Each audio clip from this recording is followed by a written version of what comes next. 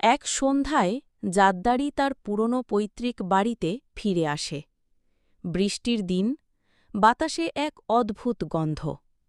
ঘরের নিচতলায় ধুলাবালি মাখা একটা কাঠের বাক্স চোখে পড়ে। উপরে মোটা দড়িতে বাঁধা, আর একপাশে লেখা, খুলো না, খুললে অতীত জেগে উঠবে। জাদ্দারি হেসে ফেলে। অতীত আবার জেগে ওঠে নাকি? সে দড়ি কাটে, বাক্স খোলে। ভেতরটা খালি, কিন্তু মুহূর্তের মধ্যে ঘরের বাতাস ভারী হয়ে আসে। দেয়ালের ঘড়ি বন্ধ হয়ে যায়, দরজাটা নিজে থেকেই বন্ধ হয়ে যায়।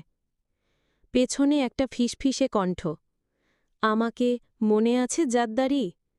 আমি সেই রাতের ভুল। তুমি পালিয়ে গিয়েছিলে।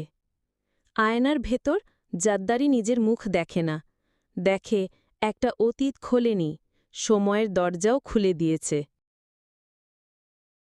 এক সন্ধ্যায় জাদ্দারি তার পুরনো পৈতৃক বাড়িতে ফিরে আসে।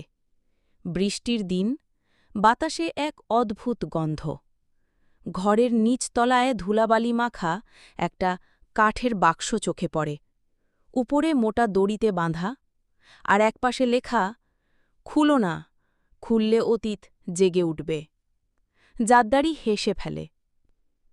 অতীত আবার জেগে ওঠে নাকি? সে দড়ি কাটে, বাক্স খোলে।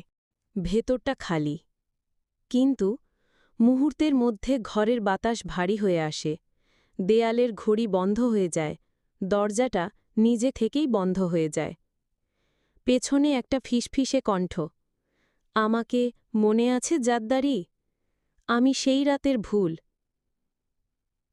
তুমি পালিয়ে গিয়েছিলে। আয়নার ভেতর জাদ্দারি নিজের মুখ দেখে না, দেখে একটা অতীত খোলেনি, সময়ের দরজাও খুলে দিয়েছে।